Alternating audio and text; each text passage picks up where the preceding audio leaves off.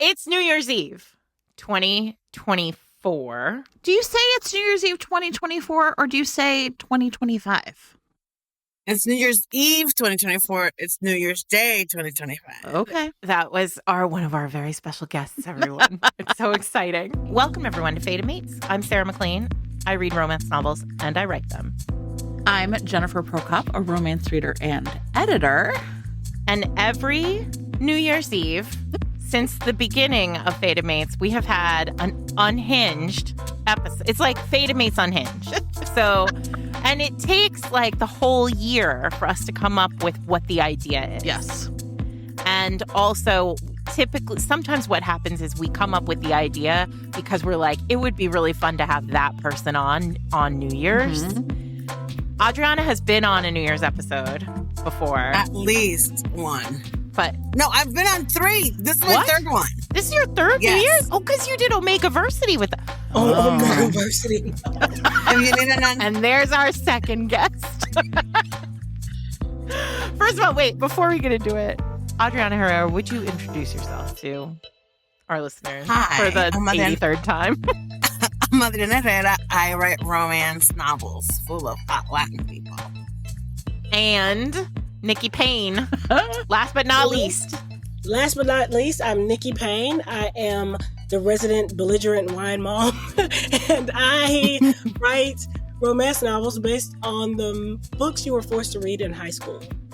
Terrific. And we knew, Jen and I knew, like, I don't know, a few months ago, we were like, okay, we're going to have Nikki and Adriana on for New Year's. And then we were like, what are we going to talk about? Anything. Because we did like pegging one year. Yeah. We did breeding with Joanna one year. We did Omegaversity. We did the full Jessica Kane catalog one year. I mean, what was there left to do? Left? And then, as always, in these situations, it was TikTok to the rescue. That's how romance feels these days. TikTok to the rescue is something I say every day. Potentially for only 19 more days, everyone. So enjoy while you can. So we were like, we better leverage this bit until now. So Sarah, tell them what they've won. So we're going to do Hear Me Out. It's a full Hear Me Out episode with 2 of our favorite wacky people. Because this is a trend Jen did not know because Jen does not TikTok. I know, I don't. It's true. Or Instagram. And so this is a trend that is going around on the internet, on social media, where the youth get a cake. The youths they get a cake from the grocery store. They come home and with their friends, they put little sticks with like pictures of people and things and cartoon characters and others. We'll get into Jen's praxis. Why is the cake involved? Has anyone gone back to because then you eat the cake. Okay, but I mean, okay. I just didn't know if it was like Hear Me Out cake over pie and then it evolved. Like, I wasn't sure. Oh, I don't know. It's a good question. It's like each little new person or whatever new fangle outrageous thing they're suggesting is like a candle, but instead of a candle, it's like a stick with a face on it. Yes. Right. Yeah. And so basically it's pass or smash. Yeah. Well, it's smash.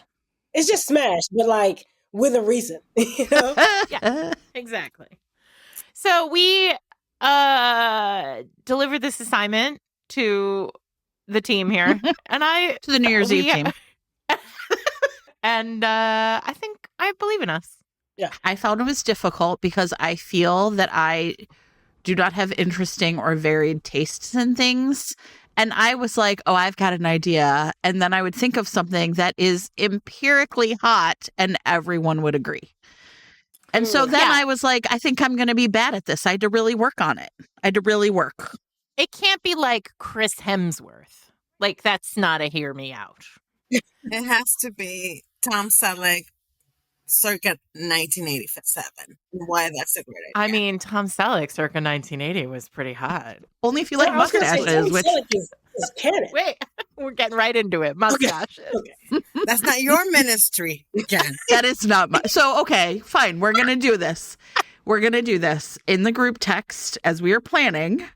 there was discussion of like everyone's gonna bring a hot cartoon character, and I was like, cartoon animal, and I was like, hot cartoon animals. That's not my praxis. And so that was, and Nikki was like, that's not my praxis. What the fuck? Iconic. Listen, because the example that we gave was Bambi's dad, which is really aging us all. Like like Bambi's dad is a big, beautiful stag. Aging you all. I was like, Bambi's dad? He could get it. I guess. Good luck to all of us. Majestic. Majestic. Those antlers. The antlers, the fog rolling up. Daddy, you know what you're doing.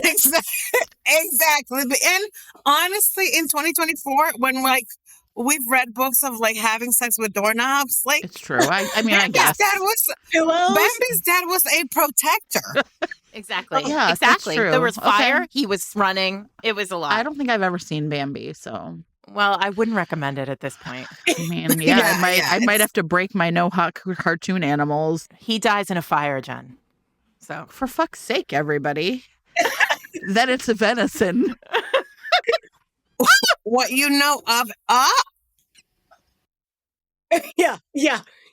Sorry, just coming in hot. Jennifer, right from the beginning. Sorry, I'm sorry. Wow, venison. That's what you call it, Sarah. When it's, hear me out, venison. Hear me out. Hear me out, venison. But before he dies in the fire, let me hear about that deer sausage. Ow! Exactly. And that chest. Oh, that barrel-chested lover. Yes, I should see right now. I should pivot immediately to in Ferris Bueller when he shows up and he says, "I'm Abe Froman," and the guy says, "The Sausage King of Chicago." That's me. So wait, Adriana, you had some like feelings about the actual assignment. You weren't content with the way the assignment was disseminated because I have people like fictional or otherwise, animated or in humans. But I also have like eras, concept, fashion trends. Same. You see, like I didn't just stick to like a person or fictional character. I also kind of went into like a vibe, like metaphysical, suits. Like, why don't we bring those back? Like that kind of thing. Like, why don't we have more romances with men wearing suits? I felt like once I realized, I saw a guy and his wife doing it, and she was like key lime pie, and I was like, oh, this really opens things up for me. Now I feel that I can participate.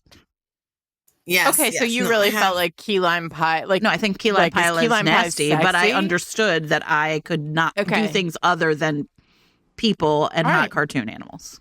That's fine. Yes. Well, we all took this assignment in a different direction, I feel. So here is how this is going to work, everybody. We are going to, as people propose their hear me out character or thing or era, we will show you your podcasting app will, if images are supported on it, will become the cake. You will see the image on your podcasting app. For the purposes of this group, we will text the image to each other so that we all have the primary source, the text itself.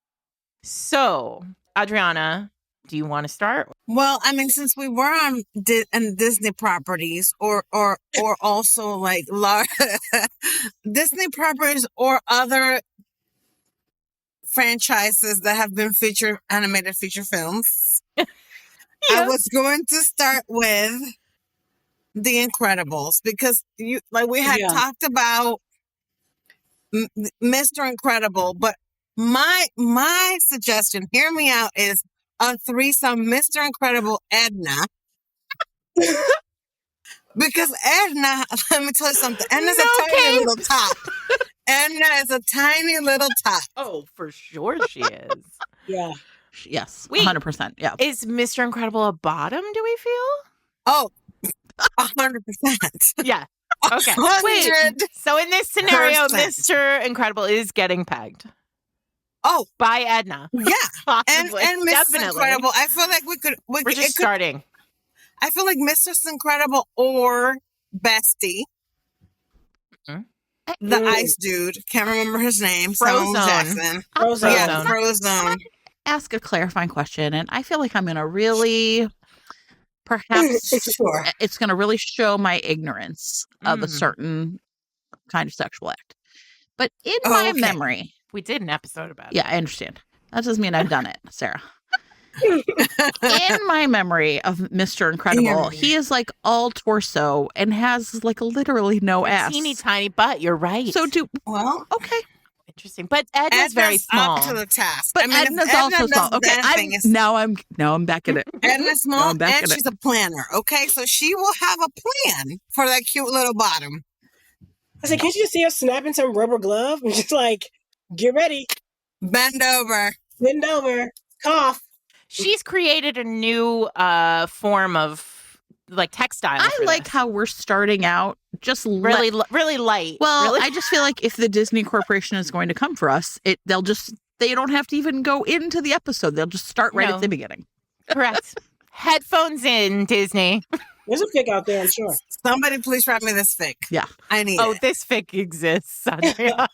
I'm going to look for it and I'll report back. Yeah.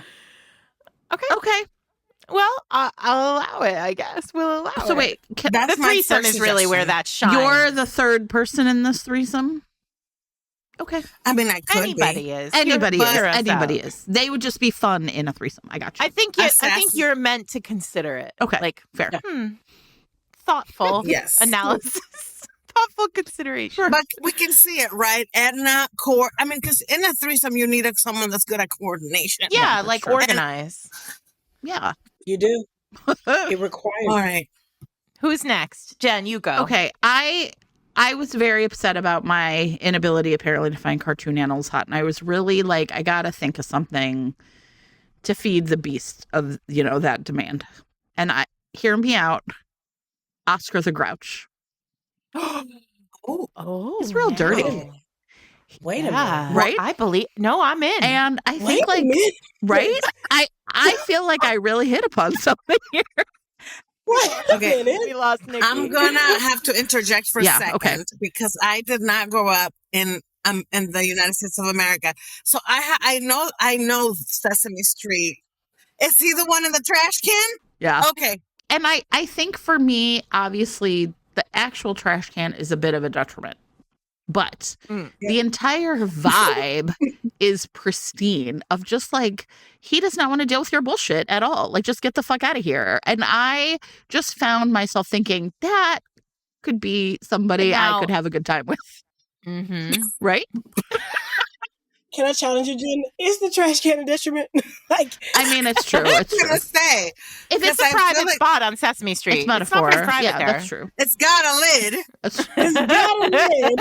He's got his own place. He's got his own pad. It's great, I think, yeah. Now, this is making me think like Muppets in general. I did not go to the Muppets. I mean, I think you could make a case for like Animal. Now Animal, the Heathcliff of the Muppets. Excuse me. Gonzo was right there. Gonzo is right there. Gonzo, guys, he's right there. Like, what are we doing? Okay. I like the one that counts. The vampire. Oh yeah, the Count. That Count. Yeah. Count Von That Count. one. Count Von Count. Count Von Count would be an excellent romance hero. This is kind of genius. Wait. All right. Here's one that's controversial, though, in this day and age. Sam the American Eagle. Oh. Well, I mean, he's got like a square jaw. He's very stern. Sure. I mean, there are some corners of the internet where he'd be right at home.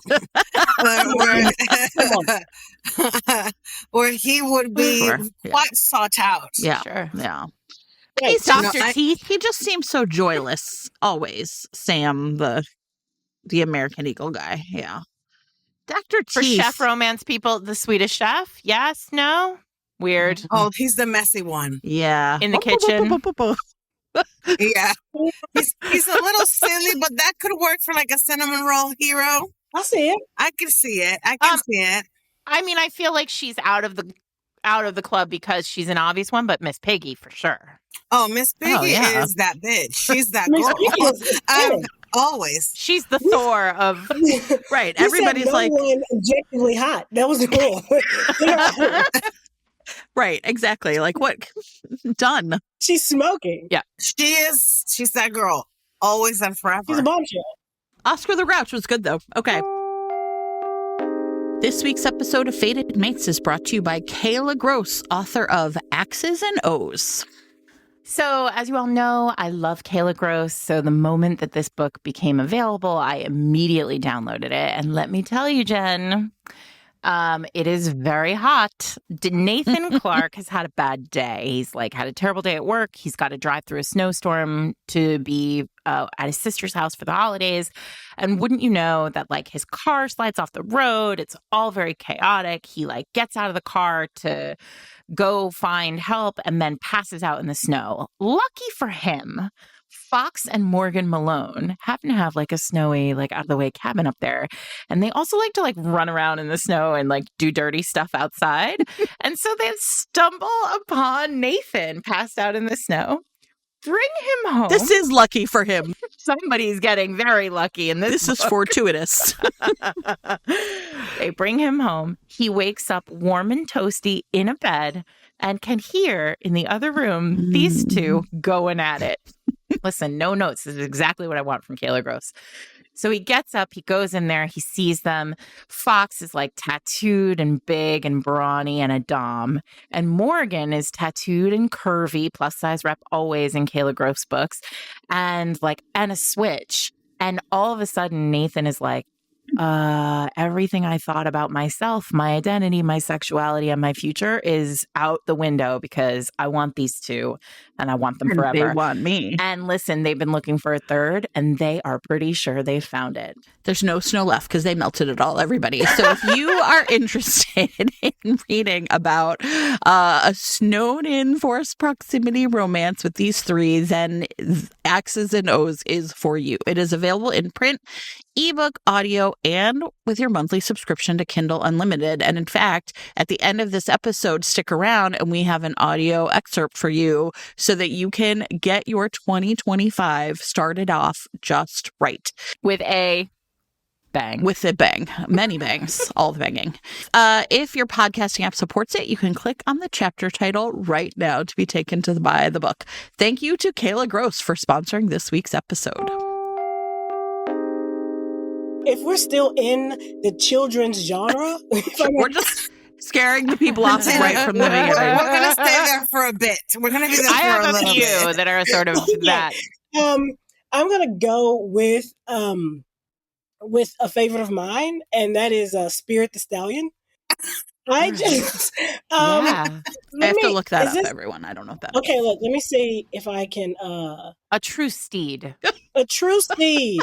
A true steed. Sex on horseback, Jen. You know all about that. Yes, Well, I please have that Google also him. to bring it back just as a concept and as a way of life. Yes. You know what? Spirit was majestic too. Was Spirit connected to the Pocahontas universe? Oh, I don't know. No, I think not. I think that's just a show about horses. Pocahontas also objectively hot. Yeah. Oh yeah. gosh, yes. The only non-problematic person in that movie. Okay, Spirit, All right, I see Spirit it. the Stallion. You see I'm this pro man? horse. Adventurous. Noble. Oh, Oh, yeah. Look at that nose. Do you see that? Like, Yeah, they were I very do. intentional. In the hair, the mane. yeah. There's like an that's a actual mane. Yeah, right. Do you guys see that? Like that feels intentional him. to me. It feels Yeah, like he they're has. trying. Oh, Yes. he's like I can do that. They're Oh. very much trying to make him hot. he's. Oh, yeah. His gaze. Oh his, yeah, and that hair, girl. Come on, you see what they're doing? Like they were doing something to the young girls. Okay, like Stallion of the yeah, of the yeah. Cimarron. The neck muscles, everything Speaking is. of chest. Do you see that the chest situation? Yep, they very get straight more white Yeah. teeth. pecs. He also seems familiar with anal sex, What? or at least Wait, at what? least a little. Bump. And I've got to. You think? I gotta- Why does he look startled? No, I think I'm gonna. I think I meant like I think I meant more like a little bum licking. Oh, Like with that play, with I that see. play, with that. Yeah. I see what you're. Sure. I'm picking up what you're putting down. Sure. Listen, let me He's got see right if up I in can. there. yeah. Let me see if I can find this one of him. There's a photo of Spirit fighting an eagle Ooh. here, Oh, All right. I like that. all right. fully standing up. Oh, Oh, okay. whoa. I'm gonna put it in the chat group. Okay. because We're saving all I these images, feel everybody. Like this is Instead of really a book adding. array Yes. on show notes, it's obviously It's going just to be gonna all be, these oh, pictures. look at- Oh, all right. Okay, Yeah. that's hot. Sure. This is a real who hurt Just you fighting. moment. Yeah. Oh, snap. Justifiable face punching. Amazing. To add to that Damn. vibe, I had the course from Tangled because I feel like he was really the one He that was. was the rake. You The know, only in that, serious Yeah. man in that. it had that sense movie. of humor. Mhm. Wait, Sarah, have you gone yet? Or we're still? I have not gone. No, Okay, yet. Sarah that's hasn't gone. So, but since we're starting with children, Well, I mean children's, not children, children's. Okay, Properties. Yeah. it's the typically- holiday season, so I'm gonna go with Just everybody. I want to keep my Grinch. job. It's fine. Oh, the Grinch, 100%. the Yeah. Grinch, and 100%. only the animate, like the Dr. Yeah, Seuss yeah, right, animated sure. Grinch, not the new Grinch. No. Okay. Yeah. Okay. we're Not the Jim Carrey Grinch. No. we're No, almost and not here, these and then we AI went- Grinches. We're almost here, and then we went there because I was saying only live action. Oh, I was okay. gonna Oh, no, say, no. I honestly, and maybe that's where Nikki and I were gonna have two factions. Because to me, Yeah. the Grinch played by one Jim Carrey would be the Grinch that you would take to the club. Like he would take you. That's a Absolutely. bottle service. That's a bottle service kind of Absolutely. night. Yeah, that is okay. sure. I'm sorry. It's him. He seems like he gives really sloppy. Sorry. But takes you out first. No, wait, Sure. He'd be taken to the VIP room. You'd get bottle service, and Yeah. then And then, yeah. he'd show you a nice Interesting. night out.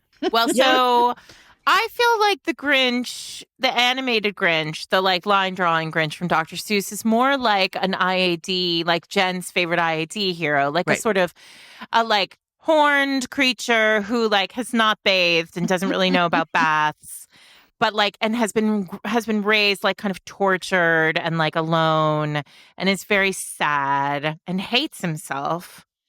And that, as you all know, is my song. Oh, boy. Like he What? just needs the love of a good who. just to see that one time, and the layers start falling off. Exactly. And then his The heart wounds and start to other heal. things grow 3 Wow. sizes. Wow. She wasn't afraid to I go there. love that as a tagline. I love that as a tagline for his. I agree with the Grinch, and any interpretation of the Grinch, I think definitely would be a Right. banger as a romance. There's Yeah. a lot to work with there with backstory. There's a lot to work with backstory. Lots The of unpack. backstory is chef's kiss. Yeah. The All right, art- Adriana. All right. Who else we got? I have one of the things that I feel like we don't focus enough on. And I feel like just in general, in a lot of like inspiration for romance hero archetypes is our secondary characters. Fair. Mm. Okay. I Which like is it. why I feel like, because a lot of the times we have our MCs who especially in the Disney properties, a lot of these heroes, especially in the old school ones, didn't have much of a personality. Like Mhm. they were there to be cute and like have Kind of like white today's shoulders. rom-com but heroes. We're just full circle. there wasn't a lot to work with, but you Taking had big those swings. sidekicks. You had those sidekicks that really kind of brought some Brought the oomph oomph. into Yeah. the set. Yeah. I had Lumiere, okay? I have Lumiere because I feel like Lumiere, can work with at Yes. least 3 holes. So there's that. Okay. I mean, there is fire involved. He's Please, hot, Rachel? it melts. So if you want to get a little kinky. Uh-huh. But Okay. also, the man is stern. You know, like Andy Christopher Stern Brunch Daddy. Sure. I think that's Yeah. Lumiere. I It's Jerry think Lumiere, Orbach, right? I mean, But also, like, a rake. Like blueprint. the way Oh, he yeah. goes for those Oh, yeah, the that little dishes or ostrich- whatever. that ostrich made. He's Cool. got them all running. Okay? Yes. At the drop of a hat, he's got them running. That's true. That's Never, true. I never saw it. You've never seen this And Beauty and the Beast? You've never seen Beauty and the Beast, Nikki? No, I've seen Beauty and the Beast. I was Oh, never you never looking saw at You've never Lumiere been this way. sexually Never attracted looked- to the candle. Lumiere. People like, sleep on Lumiere, and I feel like they need to take it a second look. No, I think Again- he's French. I mean, everybody knows French, you know. Yeah. He's such a It's playboy. going to be a little dirty. He is. He is Oh, my after God. he's after the housemaids, He but was there the whole time. he was. He was there the whole time. I mean, Yeah. I think in general. And he's so welcoming. Come in, make yourself Yeah. comfortable. Be our guest. Let me get you some. Let me have the lady bring you tea. Angela Lansbury will bring you tea. some food. You know, I love a man that can procure some food in a romance Yes. novel. So I Try feel the like gray stuff. It's delicious. it's delicious. Like smooth. He's a smooth operator. Is that Yes. Lumiere? Okay, I get it. I'm with you. He's in Honestly, charge. He's in I charge. mean, this is a good example of like, I think I think this is a world where there are a lot of there are a lot of hear me outs in there. Sure. Oh The yeah. wardrobe. She's She's like a great madam. Like I want a whole brothel run by the wardrobe. That whole movie's got a lot of great potential. Here's an interesting Beauty and the Beast question for you, which is like a yes or no. All right. Were you disappointed at the end when the Beast turned back into that like pale man? 1,000%. Oh, come on. Yeah, come on. There Right? was no Everybody was. Everybody's like, why'd you have to do that? Who picked that? Put that Who fucking picked that flower back ending? under the fucking thing. Literally, like, I do not remember what the Beast looks like in human form. Like, when they show Nor should Beauty you. and the Beast, Yeah. it's Blonde. always the Beast. Yeah. Like, what does he transform into? I'm only seeing Prince Eric from They all look the same. Less sexy than Prince Eric because he's blonde. Oh, Yeah. gosh, yeah. And blonde men can't be trusted. And the Beast is who you fall in love with. The Beast is who she falls in love with, that gruff exterior. Right. Yeah. Okay. He's got hawks. I mean, the man's got When he beautiful stands hair. up and he's got again, huge chest. Oh my God. Sure. He's Mr. Incredible. He's Mr. Incredible. Huge chest. Huge chest. Tiny little feet. Yeah. They're probably using the same He's animation. Mr. Incredible. They probably did. Yeah. It's the same. Same exact energy. Okay. Same energy. Jennifer. All right. I have another person from a Disney property, but it's an adult. All right. That's fine. I think this person is like actually good looking, but I'm a little ashamed of my love for this character. And that is Clinton Barton, Hawkeye, as played by Jeremy Renner. Oh, interesting. So I'm new to Marvel and I understand like people don't like this. Yeah. character. But I always did. Like, I'm sorry. He pulled out those arrows and like his arms and never runs out. but like really, I think as a character, he was definitely underutilized. And then it turns out he's like secretly married. I don't know. Like none of that ever worked. But I really will tell you, I always was like, he's hot. I'm ashamed of it though. I'm ashamed I of like it. this furrow, this forehead. He looks troubled all the time. I've always had a soft spot for him because I feel like his barber's Dominican. Oh, okay.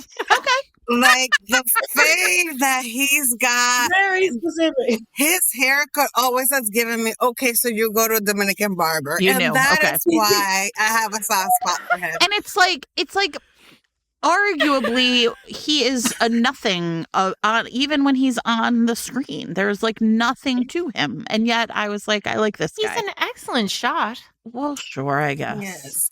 Yeah. That's something, I right? guess. Never misses. The rest of them are just like hammers going for nails. Sure. And Yes. He never misses. And he has a nice wife. He does have a nice one. I must admit that for me, Winter Soldier and Captain America are the only thing I care about in those movies. So I have to go back and watch because everybody was watching the Avengers and I was you were watching the watching- greatest love story ever told, which was the story between Captain America and the Winter Mhm. Soldier. Yeah. Uh-huh. Yeah. I mean, Incredible Hulk is right there, though. You know? Yeah, right. Incredible Exactly. Hulk The is- Incredible Hulk is right there. Like there's clearly, I mean, Oh, listen, he's my favorite. Scarlet Witch is right there. Oh, yes. Right? I mean, Black Widow's right Love her. there. I mean, I will admit, even Tony Stark, but you guys, for some reason, Clint Barton. Oh. Embarrassing, well, but true. You know what? Jeremy Renner just got to chill because he was like, somebody's talking about me today. Well, Yeah. you know, and then he had that terrible accident, and now I feel bad talking about it. He did, and that was very sad. And now he does commercials. You know what? He's great. He's fine. Everybody's got to pay their very bills. well. Sarah. I've seen him on the television. Gotta pay the bills. This week's episode of Fated Mates is sponsored by Avon Books, publishers of Jillian Meadows' Give Me Butterflies. So this is a swoony, steamy STEM romance about two curators at a science museum. We have handsome but grumpy astronomer Finn and an anxious but sunshiny entomologist named Millie. They realize they're the perfect match as Millie is essentially interviewing for a new role that she's really excited about. She loves her job being a curator, inspiring museum visitors every day, but she wants a larger role. And so a director position opens up. And she is just like really determined to like go after it and ignore her grumpy coworker Finn, who is constantly scowling and also is like kind of cute with his nerdy astronomy ties. So Finn doesn't really mean to be that grumpy at work, but he has a lot going on in his personal life. He's navigating the grief of losing his sister, right? Attempting to make his nieces smile and trying not to ruin dinner for the fifth night in a row. He cannot let anything slip. And being put on the interview committee means that he has like new responsibilities at work. So Millie and Finn all of a sudden are sort of spending more time together now that he is part of the group of people interviewing her. And Millie is just like, what's going to happen? It's one thing when my job is on the line, but quite another when it is her heart. If you think this steamy STEM romance would be for you, you can get Give Me Butterflies right now in print, ebook, audiobook, or with your monthly subscription to Kindle Unlimited. If your podcasting app supports it, you can click on the chapter title right now to be taken to buy the book. Thanks to Jillian Meadows and to Avon Books for sponsoring this week's episode. Nikki Payne, who is your second? I want everyone who's still in the cartoon canon to go because I'm shifting to a bit of an obscure category. Okay. I do not have another cartoon. I have one more, Bruno from Encanto. I almost put Bruno on mine too. I just want to say Bruno soul. from Encanto I would have dated in college. And I feel like people don't give him enough credit as a character. Adriana, could you get out of my head? Bruno from Encanto is a beautiful man. He's misunderstood. He's amazing. Okay. Listen to this thread, this steel thread, okay? If you put the Grinch, Oscar, and Bruno together, these are three dirty motherfuckers, okay? That also have a heart of gold. All right, wait. There you go. Okay. Okay, wait. Fuck, marry, kill. Bruno, the Grinch, Oscar. Oh. What? Well, I've never seen Encanto, so I guess I'm killing that guy. Okay. That's easy. Well, he's tortured and he can see the future. That seems bad. I mean, basically, right? So I marry and... I'm marrying Bruno, obviously. Well, you get to live in that house. Yeah, and then fuck the Grinch for sure. I'm marrying the Grinch because, come on, with the tongue. Yeah. I want to see what's under there. He's a good guy, okay? And unfortunately, Oscar's got to go. Maybe because his attitude, maybe after day 3, he's just like, okay, we get it. It'd be cute for a little bit, but yeah. His place is too small. You can do a certain attitude, but yeah. Sure. Fair. Okay. Even in New York City, you need a little more space. But if you marry Oscar, you do live on Sesame Street, and there's some value in That's that. true. This is true. That's This is true, but it might be too much for me, honestly. Sesame Street. We're a little too hardcore for Sesame Street. They'll be like, you're all very inappropriate. Yeah. All right. So Bruno from Encanto. Now, Nikki, you go. Okay. I do have some Marvel characters, but they're all grown-ups. Okay. So I have this thing that I know is just me because every time I try to gently broach it with my other friends, they're like, ill. So I'll let it be. I'm ready. And it is this genre of black men that I call like 90s black dad. Okay. And I'm going to give you a few examples. Okay. First. So this is like an archetype. It's an archetype. 90s black Wendell dad. Pierce, 90s black dad. He was Bunk from The Wire. Fuck. Oh yeah. Okay. Also, yeah. This no 90s black. Everybody, Nikki, here's why this is working for me, because I'm currently married to this. All these men would wear a sweater vest. God, also my husband loves the sweater behind vest. Tree Guy. Oh, he's yeah. In the yellow. Wait, I'm sorry. Who else? Wait. He's behind the Tree Guy. Look at your... He's behind Tree Guy. Mm-hmm. Okay. He's just waiting. He's lying in wait. He's so excited for like Christmas dinner to get on the table. He does look, Like, these are... No, listen, also I'm here with you. These are caretakers. These are just like decent men who want you home by curfew. Yeah. Yes. Yes. And unfortunately, this guy gets a bad rap because he deserves a bad rap, but he has on this leather vest. He was in Waiting to Exhale. He screams, "You raggedy bitch!" From the balcony. Okay. And when I say, hear me out. When I say, wait, ladies. Just hear me out. This leather like vest, like part tuxedo, part vest. Yes. Is less dad and more something else, but I'm more daddy. Yes. I love it. Okay, I don't know where to go from here because I don't have like a good. It's okay. Okay, just break the seal and go to a new place. That's fine. Yeah. All right. I am gonna go to the Gorton's Fisherman. Oh, hey. Okay. First of all, very competent. Wait, did you text this to everybody? Oh. Okay, Daddy. I was just talking about the Gordon's Fisherman this weekend, Fish and sticks, somehow Daddy. you extracted from my mind. Listen, I need to see him immediately because I'm only seeing a. Do you have your text open, Nikki? Because I just dropped it. Listen, this man is prepared. One, he can sail about in the event that we need to just get the fuck off a continent. Sure. Yeah. Second of all, he has all that sort of rain gear for any event. That beard can get it. And look at the size of this man's hands. He can catch a fish with his bare hands. Oh at my stars and garden. At least. I am so activated.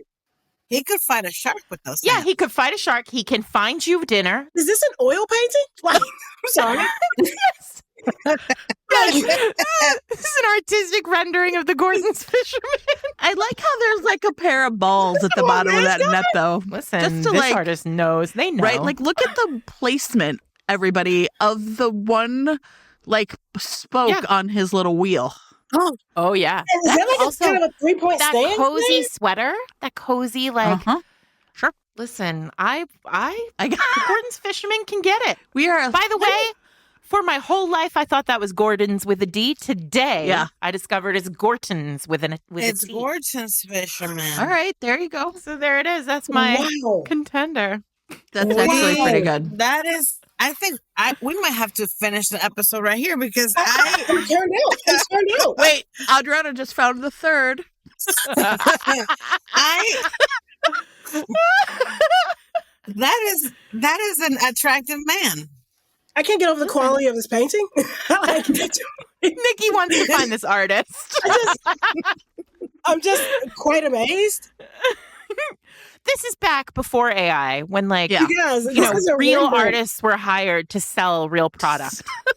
I need everyone to know this is a Rembrandt. It is. It's a beautiful thing. It really is. This is the lost. Good night. All right, this is kind of in the same light. I'm again slightly embarrassed by this, but it's Pete Buttigieg. Wow. It's Pete Buttigieg, everybody. Pete Buttigieg. You are from the Midwest. I am from the Midwest. Yeah. And here's the thing, you guys. I just feel like hear me out. Yeah. I'm listening. When you... Oh, that's a good picture. Yeah. When you're talking to someone who is certifiably fucking insane, I just get angry and like lose my mind.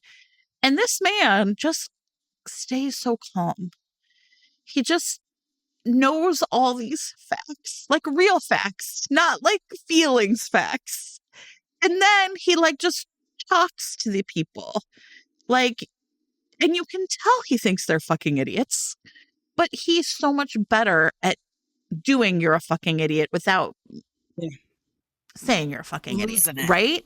Yeah. And I just find that I think I'm gonna really like that is the energy we could all use as we enter 2025. That's the energy you're taking. No, I can't. I was like, false. No, I don't have this energy clearly, but I do. I admire it, and I think that there is something a little like kind of hot about it. All right, fine. And again, I know that's crazy, but Pete Buttigieg, everybody. That's it. That's my answer. I mean, he's very competent man. We love competence. We love a competent man, right? Okay, what did we do? We did Bruno, and then we did 90s Black Dad. Yes. And then we did Gordon's Fisherman, and now Pete Buttigieg. So, Adriana, you're up again. I had and it's funny because one of the things I had here was 80s aesthetics. Okay. Yes. That I feel Olivia Newton-John. I was thinking one of them was tall black man with interesting hairstyles, like Arsenio Hall or Eric LaSalle. Mm-hmm. Just tall, slender black man in very large suits, in oversized clothing, and just interesting fades, haircuts. You know, that's that vibe, but also. Dolly Parton in the 80s, but that doesn't count. In a sapphic romance. Okay, I want Dolly Parton and Sigourney Weaver together. You know what? Sigourney Weaver in the Power Suits in the 80s. You just merged. And then a Dolly Parton. Two of the greatest 80s movies of all time. I have to go next then because one of mine, and it's very specific, so I feel like maybe we could talk about them together, is the hair of Melanie Griffith and Joan Cusack from Working Girl. Just the hair. Oh, just the hair. Do you have a photograph, please? It is. Share? It's there. It's there. Now, let me tell you something. Don't have it yet. There it is. Oh. Right? And here's why. Yeah. I just feel like women used to really know how to fucking take up space in a room with their heads. Yeah. You are not wrong. That is terrific. And now it's just everything's straight, everything, right? I mean, white ladies really used to look what you used to have on the top of your head. And now it was a celebration. Right? Yep. It was a celebration. It's like Meg Ryan in When Harry Met Sally, that Aquanet. Yes. This is your culture. This is your yes. That used to be my culture. Look at what I've lost, everybody. Now I'm gonna bring back the perm. Can I tell you? Can I admit something? I have taught Joan Cusack's kids, so I've met her in person. She's a famous Chicagoan. She owns a very cool little shop in Old Town, a Chicago neighborhood called Judy Maxwell Home. And sometimes you go in there to buy cute little gifts and you're like, oh, there's Joan. But I think in particular, Working Girl is obviously a perfect movie. But I just look back and I was like, these are women who used to know how to take up space. I mean, just think about the shoulder pads, okay?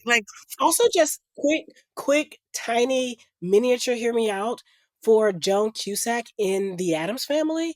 Do you guys remember? For Joan Cusack. She was just a femme fatale. Oh, yeah. She was she was just smoking in that movie. And I'm like, I want her to win. But not win? I was so confused. Smoke show. Just Joan Cusack in general. Yes. Oh, she's the best. Bring back that kind of female energy into fiction, please. Yes. Okay, so you were talking about, you said Sigourney Weaver and, right? Dolly Parton. Oh, look, see, there she is. That would be so hot. I mean, that'll turn you gay. Yeah. That'll do it. That'll do it. Dolly Parton, Sigourney Weaver. But again, I feel like these are all just empirically. Yeah, right, exactly. Well, that's why I was we got to talk about the hair, because I feel like everyone would be you know. I do also have an 80s icon okay. on my list, and that is this is the one I texted Jen, and I was like, I'm so excited. I just had a great moment. The evil sensei from Karate Kid. Okay, I had Karate Kid, and I said, don't go there. Don't go, Adriana. The one who's like, finish him. Yes. Yeah. That's Listen, hot. I know I'm not supposed to. I know this is a very bad man. Look at his. He's in Cobra Kai, baby. He did another 4 seasons of that crazy shit. Because he can't get a job doing anything else, Adriana. Look at the chin. left in That his chin. old cokehead got a job for 4 seasons of Cobra Kai. Look at him. Look at his chest hair. Look at his chin. His chin dimple. Look at that chimple. Oh my gosh. Yeah. Listen, this man, I did say this to Eric, and he was like, what is wrong with you? You were like, hear me out. Hear me out. Finish him. Okay. Also, strangely enough, in this picture, when I zoomed in, there's like this kid in the middle who looks like terrified. He looks Who's like, what the fuck? honestly, Yeah. He's like, honestly he's like, terrified. hear me out. Listen, Sensei. when I was a kid and like finish him, I was like, that's so wrong. But now I'm like, that's kind of hot. Oh. Mhm. Finish him's kind of hot. Daniel was annoying. Daniel, I mean, I was really there for Mr. Miyagi because Daniel does start to annoy you after a while. Sure. Yep. Yeah. And Mr. stays that way. He Miyagi was. sticks with him. We're watching Ugly Betty, and he's on Ugly Betty. Ralph Macchio has is a side character on Ugly Betty in like season 4, and continues to just be annoying. So it's unfortunate. Okay. Gosh, Sorry, I Ralph can't believe it. Macchio, but you're not listening. You know who was super hot? It was the bad guy from the Karate Kid that they went to Japan. I don't know who that. I don't know. Remember that? I don't think I watched that one. Well, you know, it wasn't that good. It wasn't that good. It's like Karate You Kid had to 4, really- the Electric Boogaloo. It was only for those of us who really roll deep with the Karate Kid, but it was, you know, but it was. I'm gonna look up his photo. He was very hot, and he came back for Cobra Kai, See, there you go. Wait, the hot Japanese guy came and back the bad my instructor guy. And Yeah. my guy. Listen. They were all bad. And Chimple, as Chimple. Nikki referred to him. This week's episode of Fated Mates is brought to you by Megan Quinn, author of The Path to Loving Him. Gabby, our heroine, really wants to be an assistant baseball coach. And so she has traveled to this new town, and she has had an interview, and Jen, it went fully terribly. So Poor Gabby. she decides to do the only thing a self-respecting young woman can do in this situation and take herself to the nearest bar and find the nearest hot man to have a one-night stand with. Because at least then she's got something to show for this weekend away or this time away. I love it, Gabby. You go, girl. The one-night stand is perfect, no notes. At the end of it, she sneaks out before breakfast. She thinks she's on the free and clear. She goes home sulking about the job, but feeling a little better, you know. Sure. And it all goes well until she gets a telephone call. Turns out she didn't blow the interview, Jen. She got the job. She is going to go be the assistant baseball coach working under, can you guess? I can't guess. That one night stand, Sarah. The man she's already been under once before, Ryland. So here's the thing, though. She's in this new town. She needs a place to stay. Well, it just so happens Ryland has an apartment above his garage.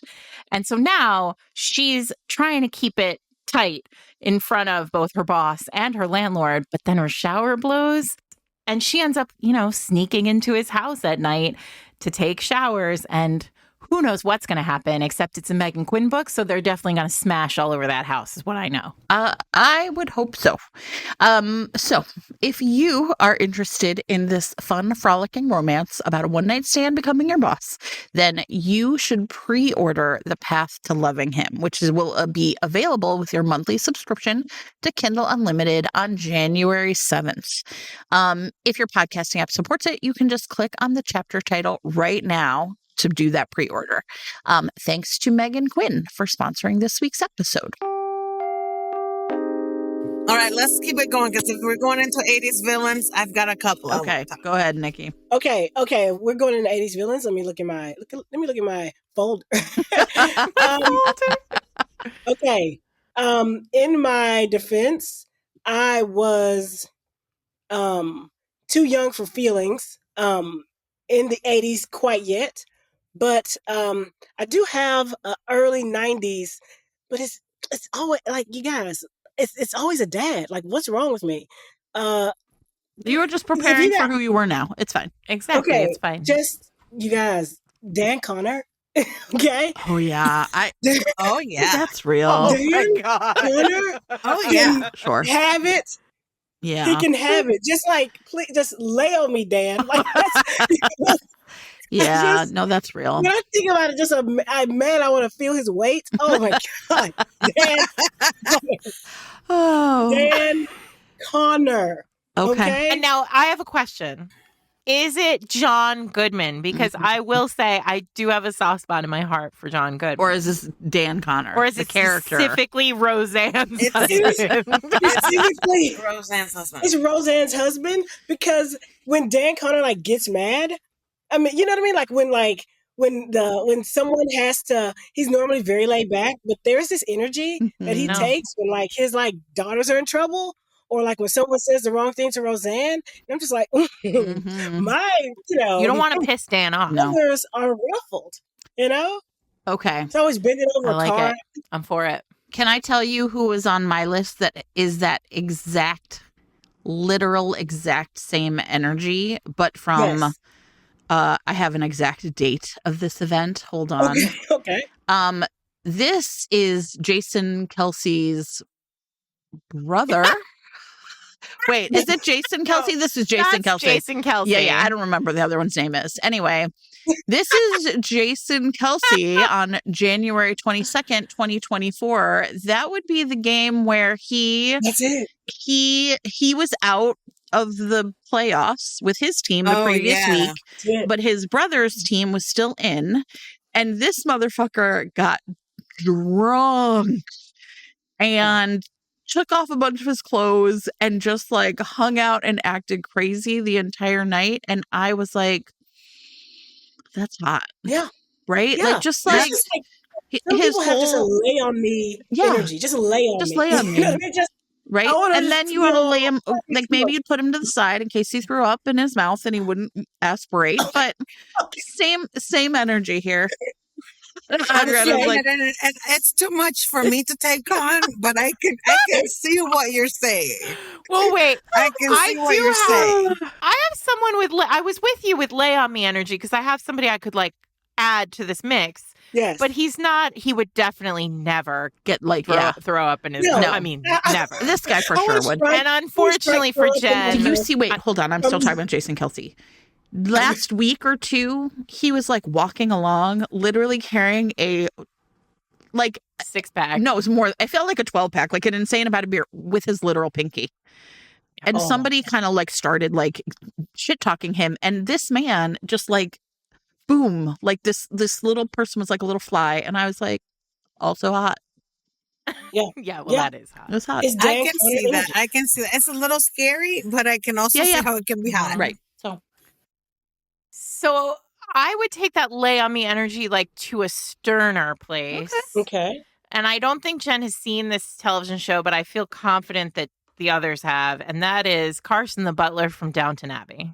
Oh, God, yes, of course. Yes. Yeah, that's what they were talking about. Yes. Yeah.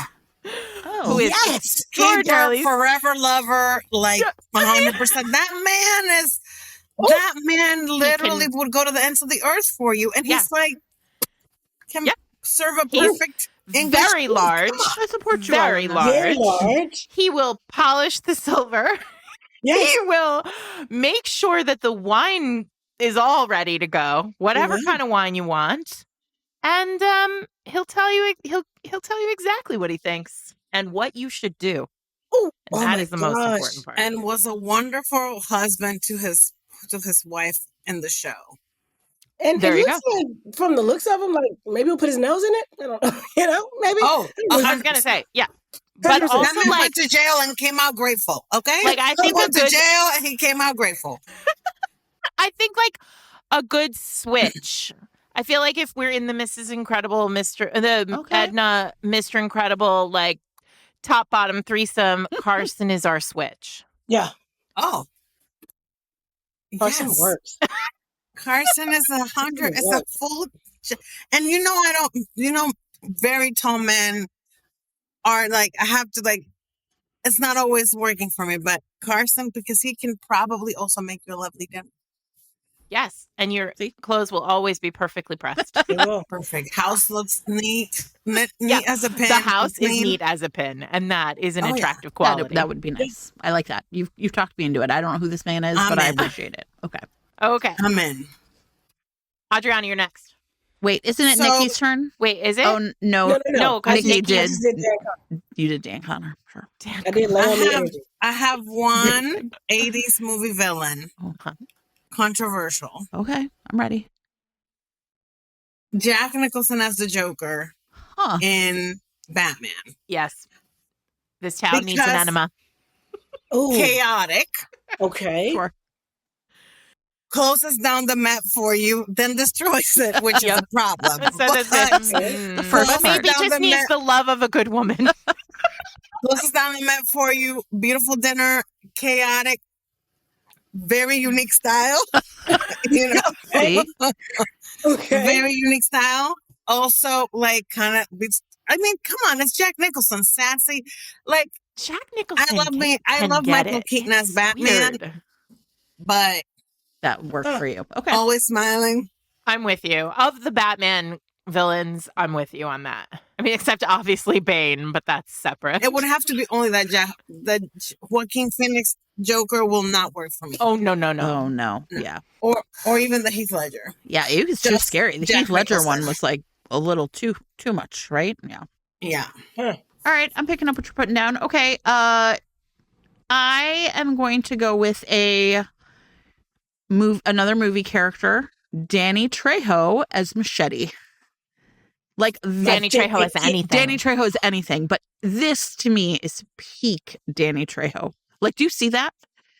Like, just they're like, we're gonna strap some more fucking knives onto you, and he was like, all right, fine, right? I just think that he is. Now, I think I feel like this is kind of a wrong one because like probably everyone thinks Danny Trejo is super fucking hot. Right? Why? He's so great. I love him so much. I know. Much. So I was kind of like, is this even count? Am I saying like Heath Ledger, but Danny Trejo? He also owns a string of taco stores. So that just made him even more attractive. Places. What? That just made him even more attractive. Yeah, exactly. Right. Well, that's it. I'm kind of like, but like, yeah. I mean, he was so hot, but like for sure, I don't know. So anyway, yeah, I was kind of like, well, this count, or everyone's gonna be like, well, of course, Danny Trejo. What do you mean? Convince me otherwise? Like, what? There is no, but right? I see it. Yeah, I see it. Okay. Yeah, I just think he's so hot, like just Danny sexy. Trejo. Like he's not hot, he's sexy, right? Like that man has magnetism and the riz. He's got the riz. He's got the riz, as the kids say. Yeah, I see it. Yeah. Mm-hmm. That's it, Danny Trejo. Nikki, where are you taking us next? Nikki, where am I taking you guys next? So I've been working. My portfolio is in themes. It's thematic. Okay. So my next theme is like goofy, skinny, like hunks who could get it. Okay. So like these are like I'll just show you my portfolio photos. Sure. For example. These are my I like examples. how you like an archetype, right? You're like, here's an archetype. Let me give you several.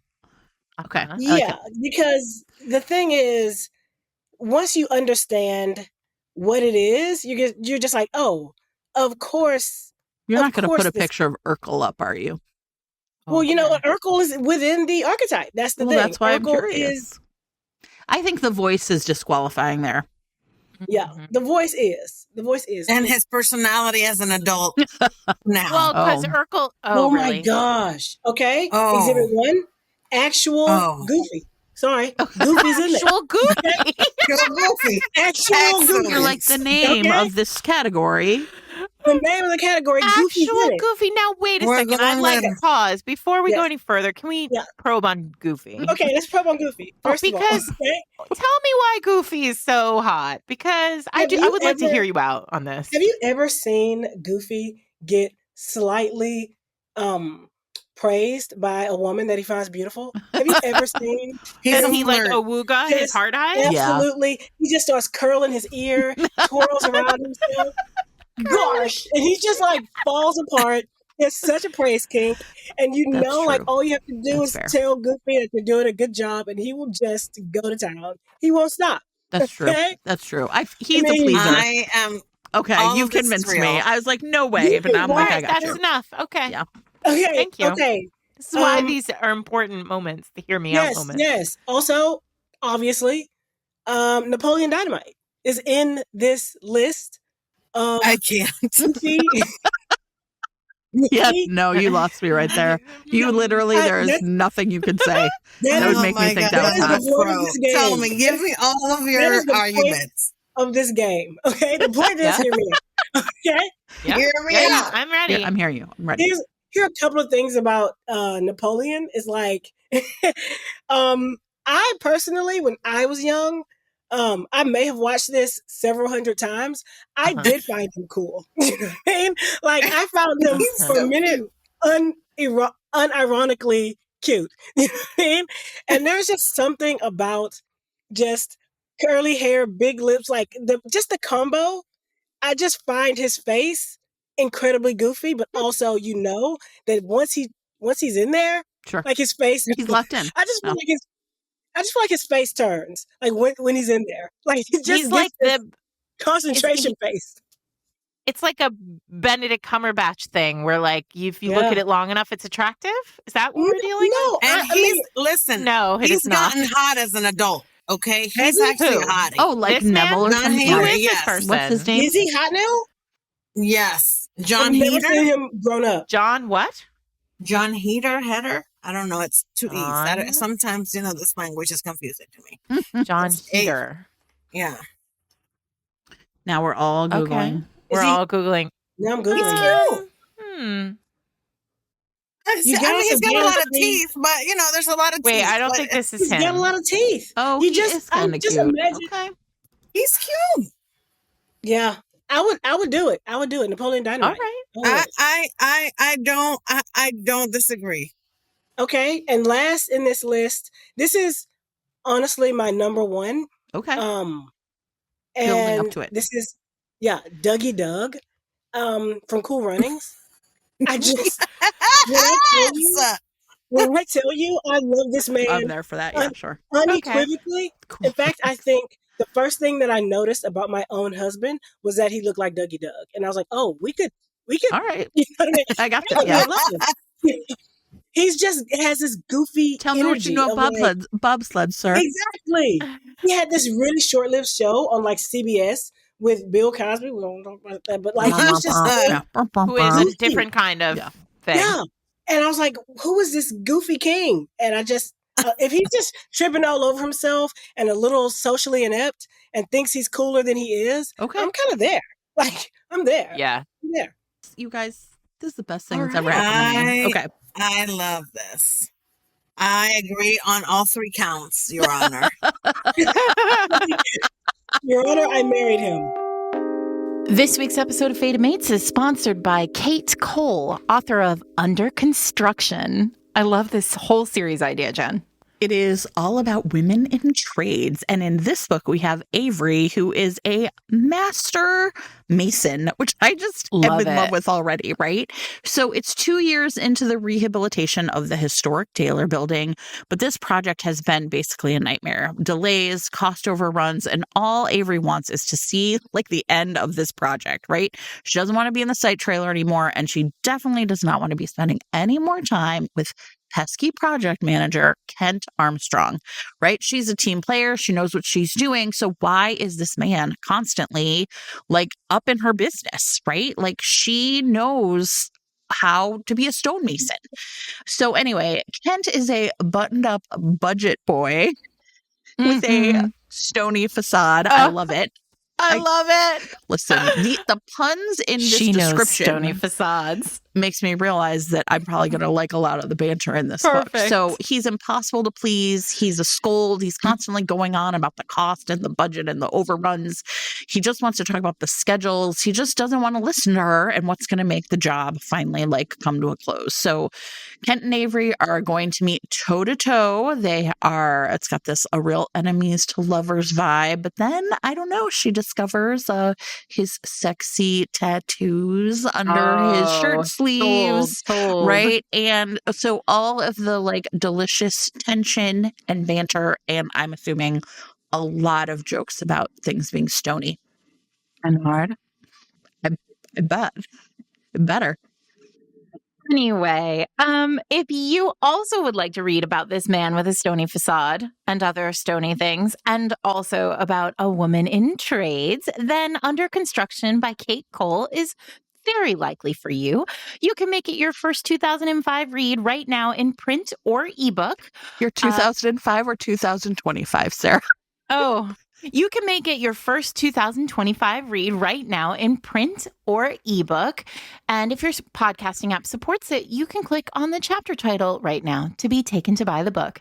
Thanks to Kate Cole for sponsoring this week's episode. All right, I would like to go to another threesome. I'd like to propose a threesome. Sure. Please, let's do it. Okay, so I want to return to the Marvel Universe for just a moment. Sure. Please. I would like to propose the Collector, played by Benicio del Toro. Hang on.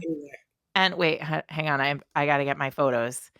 And I would like to propose, I did not know this until today, but I had two people from the Marvel Universe who I wanted to put on my Hear Me Out list, and they happen to be brothers, which is canon. I'd like to propose a Laura Lee James style threesome with Ooh, damn. the Collector. That's illegal in a lot of places. The Grandmaster. Okay. I think I need photo evidence here, Sarah. I did. I gave it to you. The Grandmaster played by Jeff Goldblum. I mean, Jeff Goldblum. Sure. Listen, anytime, my favorite pansexual. So this is my proposition. Okay. I did not know they were brothers in canon, but they are apparently, according to the internet. Well, like people ship those brothers from that one show. Yeah. I mean, like they don't have to touch. Yeah, from Supernatural. Yeah. And the first time I found out that's what the ship was, I was like, excuse me? I'm just saying, in the threesome, I'm in the middle. Sure. Of course. FM. I'm keeping it legal. Yeah. Sure. Okay, this is a sidebar, but like, have you ever heard Benicio del Toro speaking in Spanish? He's a completely different person. No, it's not sexy. He sounds like it's like how how, you know how like Penelope Cruz in English sounds like a chipmunk, but in Spanish she's like a sultry goddess. Yeah, yes. It's Benicio the opposite. del Toro's the opposite. Fascinating. In English, he's like got this husky voice, and in Spanish, he sounds like John Leguizamo with a higher voice. No. Okay, then no, I have not. Apparently, me neither. I'm like, okay, Claire, no. What? I'm gonna send you a video. But like, okay, but bro. wait, because when he like, but as the Collector, he's but you also he's very hot. It's just in Spanish. It's just like that's so hilarious. He's just a guy. Again, I feel like I've once again fallen down the rabbit hole of everybody thinks this is hot, but John Leguizamo in Romeo plus Juliet as I Tybalt. think John Leguizamo is adorable. So hot. So hot. I mean, as Tybalt. So hot. Though. Well, I mean, obviously. Yeah. Everybody, but that's it. Everybody in that movie. You're like, oh, let me talk about this movie where a couple people were hot. And if you said Romeo plus Juliet, I would be like, are you wrong? Of course they were all hot. That was the whole point. Yeah. You know what I think John Leguizamo was his cutest was in that iconic movie that is completely forgotten now. To Wong Fu, Thanks for Everything, Julie Newmar. Oh my God. Patrick Swayze. Of course it's not forgotten. It's in my heart. You guys, John Leguizamo is in one of my very favorite movies ever, and no one has seen it. It's like I dreamed this movie up. It's called A Pyromaniac's Love Story. Has anybody here seen this movie? No.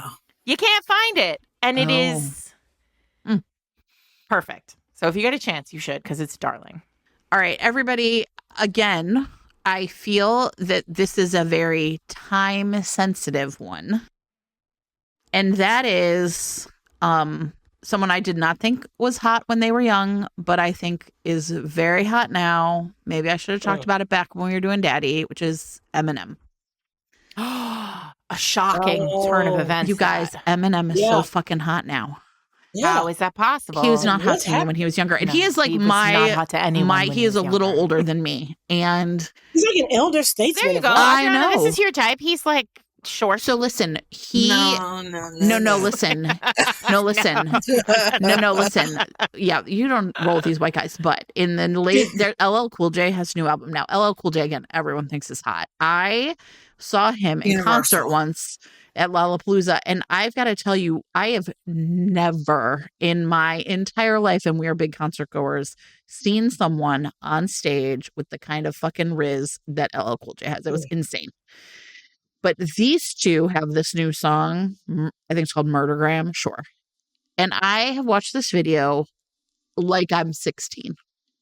Only it's two men my age. And it is LL Cool J. At one point, like he takes off his jacket and you see his biceps. And I was like, I'm not all right. I'm going to watch this again.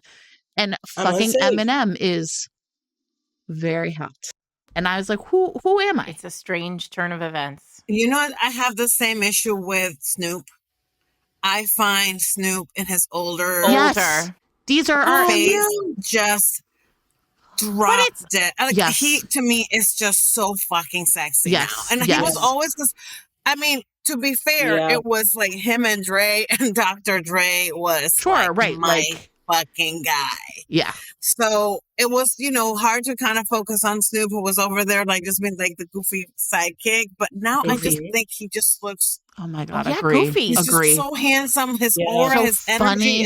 energy, his vibes are so pristine. And that's it. He's like calm now. Yeah. Like he's like evolved and like, you want to learn all of the things he's learned. He's just about the Olympics. But I'm not gonna lie. Like when they did the Super Bowl halftime show and Eminem came out, I was like, oh, okay, Eminem, I see it. I'm gonna send you this video it's a surprise. After, and you're gonna be like, surprise. "Oh, how awkward he does dye for me." his beard, but we all do. It's fine. Hey.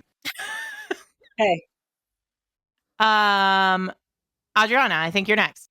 Okay, I only have one left. So to me, it's more like this is going back to just romance novel basics. Okay, just like certain settings that I feel like we have kind of lost the like energy and because there's certain settings that lend themselves to a certain kind of story. And I feel because a lot of the times we did those really problematic and racistly, we've lost the racistly is not a word, I know, but we all knew it's a vibe. It was a little racist how we did it.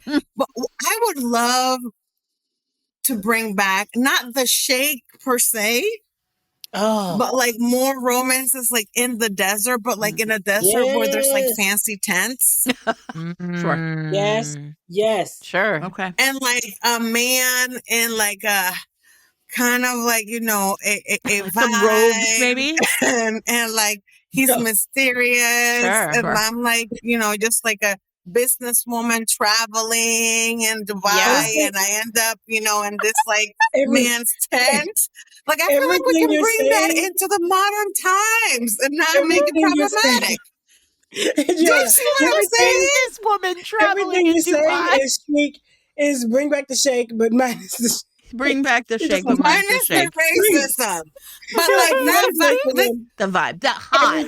She wants the like silk pillows in the tent in the desert. Yeah, like I'm in the airport, I'm wearing like breathable linen. I will say, like in The English Patient, right at the end where they're like flying over the desert, and it's like, I mean, I got you. It is hot. You know what I mean? Like I just want that vibe. Yeah. Because it's such like and it could be like, hey, I'm like a businesswoman. I'm in the business lounge on the airport, and I start talking to this man, and he says, "Do you want to come over to my place?" And his place is this fucking like tent mansion in the desert. A tent mansion. I mean, listen, if they can have ice hotels in Norway, why can't they have tent mansions? Yes, they can. They can. Make I would love the vibe because I feel like those shake romances were like problematic, but like the setting itself was always lush, so magnificent luxury. Yes, agree. So that is one of the hear me out world. I hear it. Can we do it without making it racist? Yeah. Can we do it? Can we try? We can try. Just a businesswoman traveling in Dubai. Just try it out, guys. Let's just try. Let's just try. Nikki Payne, I have some creatures, so I'm going to hold them. If you have humans, I'm willing to hear it. My last and final category is called Jeremy Irons in every way. Okay. So, yeah. Let me just say. Scar. So Scar, absolutely. To start. We're like, we're just starting. Scar. French Lieutenant's Woman. Hell yeah, obviously. Listen, I fucking love that book so much. Alfred, like today. Alfred. What about in that movie where he plays the Newport killer? Some men just like to watch the world burn. Oh my God. Damage? Yes. Oh yeah, God, Jeremy Irons. Jeremy Irons. Every Which Way But Loose is the name of this category. Okay. Every Which Way But Loose, but also loose. Jeremy Irons. Yes, please. That's great. Oh, look at that. Look at that black and white. He's a dirty man. Is that a pencil sketch? No, it's a photograph. It's a photo. Look at that handsome man. Yeah. Jeremy Irons. He's wearing a leather apron. Mm-hmm. Oh my gosh. This is the same way I feel about John Malkovich, but yes. I feel the same way. It's Jeremy Irons, John Malkovich. Yeah. Daniel Day-Lewis has a little bit of this as he's aging. Yeah. Oh, yeah. Okay, this is a bit of an aside, but me and Regina were talking about this because we were getting this weird vibe from ourselves. I was watching... I was giving myself a weird vibe because I was watching Outlander, and that man who plays the villain, he has those like long dimples. Yeah. He's also in the Crown. Yeah. I said, I know I am supposed to dislike him as a character. I had to stop because you were like, I'm doing it wrong. I was like, I'm doing wrong right now. You were going dark romance, full dark romance. You were going full dark romance. Yes, I was not proud of who I am. When I don't know what it is about his craggy face. I'm just like, what is happening to me? I had to stop. I was like, I must admit, I haven't watched the show. Yeah, don't watch it. Don't watch it. You might fall for the villain. Books. Yeah, like I assume it's John. Read the books. Yeah, read the books because if you're broken. Like, then that character will activate something unpleasant. So like don't do it. Okay. All right. That's good advice. It's true. Yeah. It's true. He does wrong. And you probably right to save yourself. You could tell you were going down the wrong path. I was absolutely. Why is his chemistry so yourself? I mean, I've read the books. Yeah. He has chemistry though with like everything. Yeah, he really does. That's what it takes to be a good villain. That's Jeremy Irons. Mm-hmm. Yeah. No, and John Malkovich. Mm-hmm. That's right. That's right. Why do we like them so much? Why do we like them so much? The guy who played Hans Gruber in Die Hard. Yes. Alan Rickman. Oh, gosh, yes. Right? Alan Rickman. I mean, these men just like, it's like the charisma. It's like, how can their bodies even hold it all in? I know. Yeah. That's a whole other category. Alan Rickman, Every Which Way But Loose. Alan Rickman, Alan Rickman, 5 ways. Yeah, right. Yeah. Yes. Okay. Is it my turn or no, Sarah? You have animals. I have an animal, but I still have a person. I don't have animals. I have monsters. Really. Well, I kind of do too, actually. All Same right. energy. Well, you go. No, I have a person left. I have a person left. I have one person who's also a monster. Both. My person is just a person. My person is perfect. Everybody. And my person. Okay, everyone knows I love the WNBA, and the thing about the WNBA is that there are some unbelievably beautiful people. Angel Reese. Yeah. Dejanay Carrington is honestly, I don't even know how the world can hold in her beauty. It is insane. But my all-time favorite WNBA player is Courtney Williams. Now, I am going to give you an Instagram post to this one. Yes. Because you may not be familiar, but Courtney Williams is my fave. And here's the thing. She played for the Sky for a season, which is like our first, we had season tickets. And her energy on the court is amazing. So she's Jennifer. No, listen, no. So here's the thing though, like You've picked a beautiful, amazing person. No, of course, she's a professional basketball player. But here's the thing. One of my favorite moments in this year's finals, because now she plays for the Lynx. And I will send this up. We'll put this in show notes. So there's this day, I think it was game 4. She goes up and shoots for a 3. And she didn't make it. But then she gets the rebound, right? And so she makes, and then she literally like makes, and this is like I'm going to take a screenshot of this one photo. So you can tell what I'm talking about. So anyway, she makes then a 3. She literally, like, you guys, shoots it and falls. Like, she's off kilter when she makes the shot, and it lands, and she gets back up, and she just like was like, oh, and she was like, and it was like the hottest thing I've ever seen.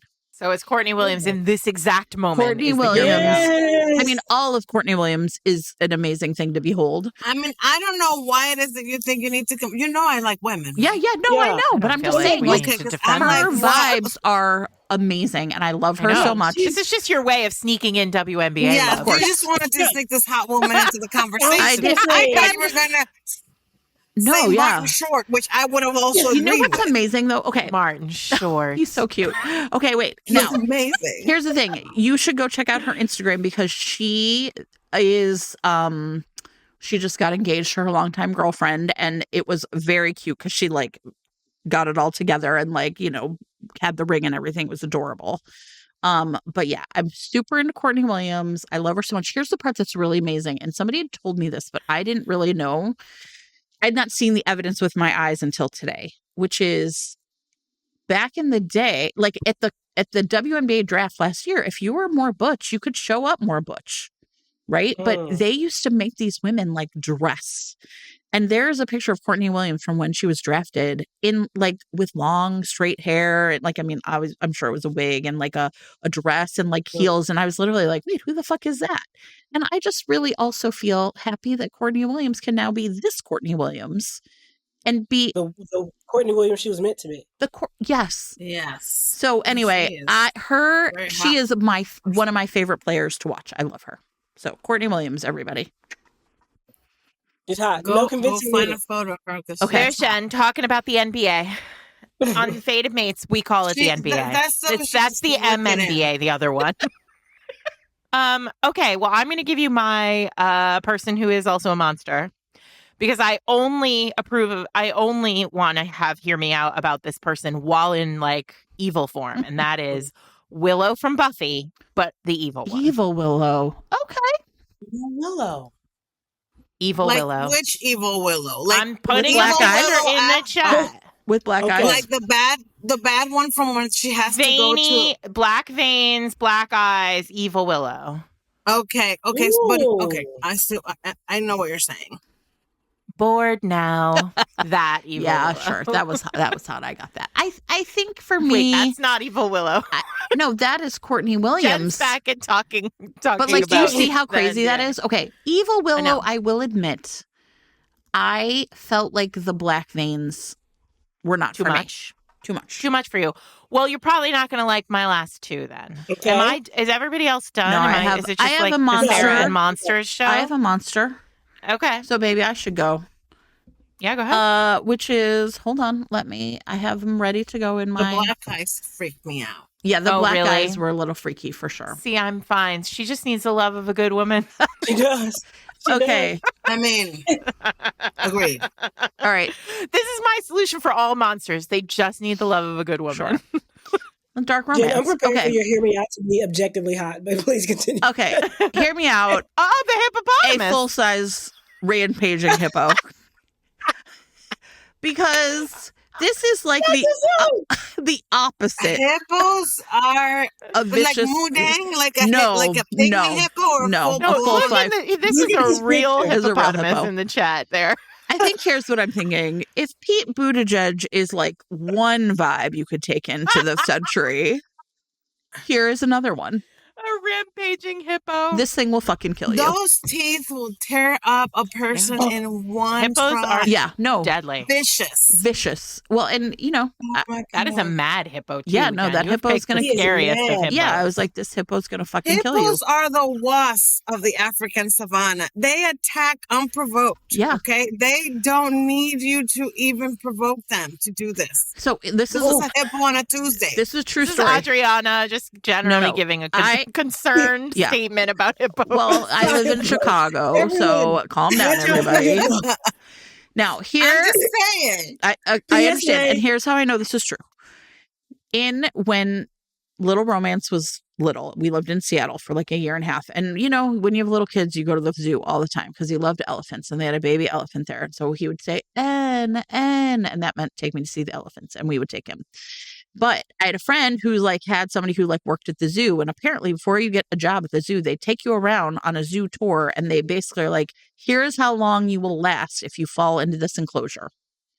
And the hippo enclosure, they're like, you're already dead. Now, one time we were there, and there were a couple hippos in the enclosure, and all the moms and the kids and the strollers, all that bullshit at the zoo, right? And for whatever reason, these hippos were pissed at each other. And one of them opened its mouth like that and ran straight at the other one and let out a sound like I've never heard before. And let me tell you. Is it low? Is it high? What does it sound like? Terror. So then what happens is it's just quiet. Like you could hear a pin drop. Watching, yeah. Right? All the kids, it's just quiet, and then all of a sudden every fucking baby started wailing like they knew that we had brought them somewhere dangerous, and they wanted us to know that we were doing it wrong. And I will never forget it. It was just like the quiet, and then it was like every kid was just like, what the fuck? And that is that feeling bottled up. Yeah, that I would like to. That and Pete Buttigieg together that I'm trying to bring into 2025. 2025, I get that. Yeah. I see that. Amazing. I see bringing that energy to 2025 might be. Yes. I'm going to open my mouth and terror is going to come out. Yeah. Okay. Amazing. All right. That's it. All right. I love that for us. I do too. Well, it is a romance podcast, so somebody had to bring a dragon. So I am bringing Smaug, the dragon from Lord of the Rings. Sure. Who is objectively sexy. Also has rust red one? What? Is that the rust red one? It's the one, on the horde who has sure. Where listen, I dropped the photo. Yeah. He's there with his horde. He's voiced by Benedict Cumberbatch. I will take him with the voice. But this is a hot dragon. This is a dragon. Diva. What? Who is this diva? Right? Just sitting on her gold. Just sitting on gold, being awesome. Oh. So sure, I see it. I mean, okay. I just feel like we needed to have a dragon in the mix. And still drop the Courtney Williams picture. It just is like a little present for Adriana. Okay, you know what I like about this dragon picture is that they were nice enough to put a tiny little human in the foreground so we can get a sense of the magnificent size. That's a hobbit, I think. Of this creature. Not a hobbit. Yeah, a hobbit. Well, still. So, this is a dragon who is not concerned about the affairs of human people. No. He's just not at all enjoying himself. Not at all. So there it is. And then my final pick, and everybody's going to think it's for a reason that it's not for, is Venom. Well, sure. Not human. Oh, like Venom. Yeah. Oh, no, Venom the monster. Yeah. Venom the monster. When he turns again, you'll get Tom Hardy. Well, I see everybody thinks about that. And listen, that's a gift with purchase. But my point is that I am one of my most favorite Twitter moments is that right when they were promoting Venom for the first time, there were all those there was the trailer and Venom has a very impressive tongue, everybody. Yeah. And I replied to someone and I made a tongue joke. And then I'm dropping this in the chat too, because I kept it as a screenshot well done. all these years later. And Sony replied to me. Oh my gosh. With just eyeballs. Because I made a tongue joke and dropped the Venom tongue picture. Hilarious. And listen, all I'm saying is he's funny and clever and obviously knows what to do with his tongue. He's got a great sense of humor. Oh my gosh, Sony. Loves his little person. And that is a long tongue. It really is. Oh, remember and Twitter? I mean, I'm not opposed to it, is what I'm saying. Hear me out, everyone. Hear me out. You also Honestly, like that CM Nascosta book where it was the Mothman. Where it rolls out like a Fruit Loop. Yes. Yeah. Fruit roll up. A fruit roll up. I'm sorry, I always say Fruit Loop, but we got you. I saw the vision. You knew. Thank you. Thank you very much. Well, everybody, I think we've made a really lovely cake here tonight. Before we go, perhaps we could talk about some serious business about cowboys and westerns, and I would really like that. Right? Why don't you tell us about Unbound Pod, everybody? Hear me out, cowboys. Hear me out, cowboys. Hear me out. Hear me out, cowboys. Yes. Cowhands, vaqueros. We got them. Tell us about your brilliant podcast, you guys. Unbound is a podcast that I'm like unprepared. I was like, how come you both were frozen? I was Everybody's so quiet. I was like, time for the elevator pitch, everybody. Here's so I have to switch over from Venom's tongue. Okay. I know. Distracted by the tongue. We could I could be like the Marlboro Man. And you know what I mean? Who I'm ashamed of. I was always like, wow. The Marlboro Man was hot. Also the one from X-Files. Both Marlboro Men. Marlboro Man could get it. Right. I mean, and then you think his tongue probably was licking an ashtray, but disgusting. Did he die of cancer? Of course. Did he? I'm sure. I think so. Or at least that's the lore. All right. Unbound. Adriana and I have a podcast. And what do? We talk about romances, new and old, from a perspective of BIPOC females. We discuss, I feel like I need a script because we talk about it a lot. Let me find a season 1 was all about the Western. It was about the Western. Yeah, it was all about the West, but it was all about how we have found the West, and we just kind of deconstructed every single myth and why that myth was there, and then just kind of turned it on its head a little bit. And we found really cool romance novels that did the same. And you had guests. And we had guests. Tell us about some of your guests. Okay, we had Beverly Jenkins. Beverly Jenkins. Mm-hmm. We had a influencer who had read her first Western ever. Oh, wow. And wanted to tell us about it. Yeah. First Western ever. She's like, why would I read a Western? Why would I read a Black Western? And then she reads it and she's like, oh my God. I get it now. What was I thinking? We had Regina Black. We talked to Regina Black and we talked about, is romance political? Right? we talked, this was very apropos. Yeah. And we talked with, I feel like we had way more guests than this.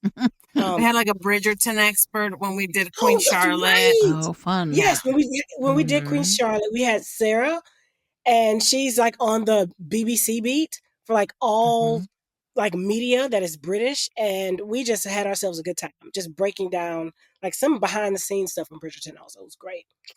That was a great episode. Amazing. So, is that season wrapped up then, Western season, or what's next? The Western season is wrapped up, and next season, we are diving into the broad and ubiquitous category of whiteness in romance. What that means. Plenty of material for you to work with. Where will you get your material? Yeah. How do we do it?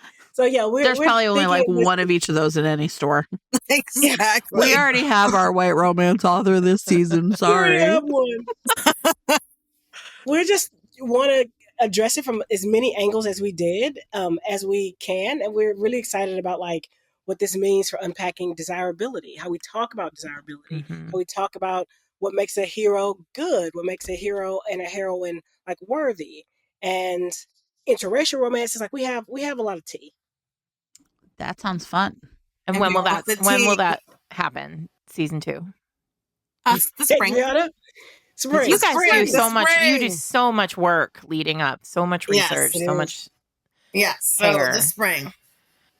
So you can head over and listen to Unbound Pod right now, and you can listen to the Western episode. Hey, There's tell what, me 6? How many were in season 1? 5 or 6 episodes about the Western, right? Was it 6? No, we have 6. 6. Okay. Yeah. We had 6. So if people are not sure about Westerns, how would you hear them out? How would you tell them to hear you out about Westerns? Oh, I would tell them. It's very gay. It's very black. Yeah, I was going to say it's very, very gay. It's very black. It was also a space where a lot of people were able to be much freer than they could be outside of the confines of the East. And so people were actually able to kind of become in these really cool and big ways in the West, in ways that, that's why I still love a Western story, because these characters are always becoming like who they really can be, as opposed to who they're supposed to be. Yeah. It's a blank canvas, like literally and figuratively. Yeah. That. See, there you go. You did it. We did it. We did it. We gotta get a pitch. We gotta get a. We have one. We just haven't talked about it in like 3 months. Right. It is easy to get out of practice. Trust me, I know. Y'all, this was so fun. I knew it would be. I knew it would be the best group. And thank you so much for coming and asking us to hear you out and being with us on New Year's Eve. I have some thoughts to think about some of these choices. Dan Connor. Sit down. Have to sit with yourself. With some of those things Dan that Connor were is going to really sit with me for a while. Honestly, he can sit with me all night, baby. Do you understand? You know what I've almost said? It was another character that is iconic of his that I would totally be like, hear me out. It's the character he plays in The Big Lebowski. Yeah, yes. I could see that. Again, Walter. Oh, really? Oh, Walter. Unhinged. Who voices The Incredibles? Is it John Goodman? Mr. Incredible is John Goodman? Is he Mr. Incredible? No way. No. Somebody better look it up. It seems like he would be. We're gonna have to. Now we can't leave it. We can't leave it. I was okay. You have to see. I will tell my incredible story, which is that I live in New York City and I was called for jury duty, and Holly Hunter was also called for jury duty at the same time, and we were in voir dire together, and she was sitting 2 rows in front of me, and of course, I didn't look at I hadn't looked at anybody, and so there was just this very petite woman 2 rows in front of me, and when it got to her, she spoke, and I was like, that's Holly Hunter. There's only one person with Mrs. And the lawyer was like, well, what do you do for a living? And I was like, that's Holly Hunter. Everybody knows what she does for a living. And she was like, right now, she's like, I make films. Right now, I'm employed by the Disney Corporation. And he said, what are you doing there? And she said, I'm in a movie called The Incredibles. And he said, well, what character do you play? And she said, I play Mrs. Incredible. And literally everybody was like, that's amazing. Holly Hunter. Unfortunately, I was selected for that jury, and she was excused because she's Holly Hunter. Well, also, she had to go break up that threesome between her husband and fucking Edna. Exactly. I have some business to take care of her. It's going to be a crime I committed. Oh, no, it's Craig T. Nelson. It's Coach. Same energy. Sure. Yeah, that makes sense. Vibe is there, though. Yeah. Vibe is there. I was going to say Casey Kasem. Anyway. And here are people on my list that I rejected. Casey Kasem, just because of that voice. I've never seen his face. I have no idea what that man looks like. Who knows? I don't know what yes, he is also Shaggy. Shaggy, also in the, Big Dick Goose category. Think about it. Bill Murray. Yeah. I was part of the Jack Nicholson oeuvre. Yeah, Bill Murray. Oh, yeah. Tommy Lee Jones. Now we're in the objectively everybody's craggy. Wait, is he? He's very craggy. He's craggy, but he's so sexy. He's got those jeans. Yeah. He's like in Danny Trejo's craggy face world. Yeah. Listen, men have it very easy is what I'm learning from this. Hear me out. None of these men are like, what kind of retinol serum is best for me? No. All right, my friends. We have really done the job, I think. Yeah. Everybody, I hope 2025 brings you all a lot of joy. If not, you're a big fucking hippo, everybody. I hope we all, if not, bring that hippo energy through. But also, would you both please tell everybody where they can find you on the internet, and also what they can read by you most recently or coming soon? Nikki, I'm going to call on you first. My favorite place to hang out currently is Instagram, though I'm goofing off on Blue Sky a little bit. So I'm Nikki Payne Books on Instagram. And my latest novel is Sex, Lies, and Sensibility. Adriana? Instagram is one of the places I'm at. Threads I'm on also a little bit, but I'm not on anything a lot. So my newsletter is also a good place to find me. And you can find it on my website, AdrianaHerreraRomance.com. And I have a book coming out in February. The last book in Las Leonas series, A Tropical Rebel Gets the Duke. And you're going on tour for it. Yes, I'll be in a few places. And we are going to be together. When are we going to be together? February 11th is going to be, we're going to do a panel in the Red Bodice with Joanna Shoup to talk about historical romance. So if you're on your calendar, everybody come out and see us. I'm coming to DC on February 5th. Yes, I'm going to be there with Christina Forrest. Yes, it'll be amazing. So so that's what's happening. The Las Leonas, Aurora, and Apollo. And I hope people come and see me for the tour. But that's what I'm doing. I'm Sarah McLean. I'm here with my friend Jen Prokop. We are Fated Mates. You can listen to us every Wednesday wherever you get your podcasts. Visit us online at fatedmates.net, where you can read the brilliant show notes that Jen puts together absolutely every week. We also this year want to thank, since it's the end of the year, it feels like it's time to do some thank yous. We want to thank our tremendous producer, without whom we would not have a podcast, Eric Mortensen. We want to thank every single one of you who joined us this year for the Fated States phone banks. Every one of you who has spent any time at all this year giving money to Fated States, or spending any time at all doing any of that election stuff we did. It did move the needle, I promise. We want to thank every person on our Patreon, every person who's in the Discord who gives us great book reads, great book reviews, great recommendations every week. You can join the Patreon at patreon.com/fatedmates. And I don't know, you guys, we just want to thank you. You've been with us. Many of you have been with us for many, many years. Some of you have been with us for 1 week. We hope, if this was your first episode, we hope you'll stick with us. We try to make it this fun every time. And of course, don't forget that as a special New Year's Eve treat, Kayla Gross has offered up a few chapters of X's and O's, her brand spankin' new, and I use spankin' specifically, new erotic romance available now. So you can stay tuned for a special sample of that book in audio.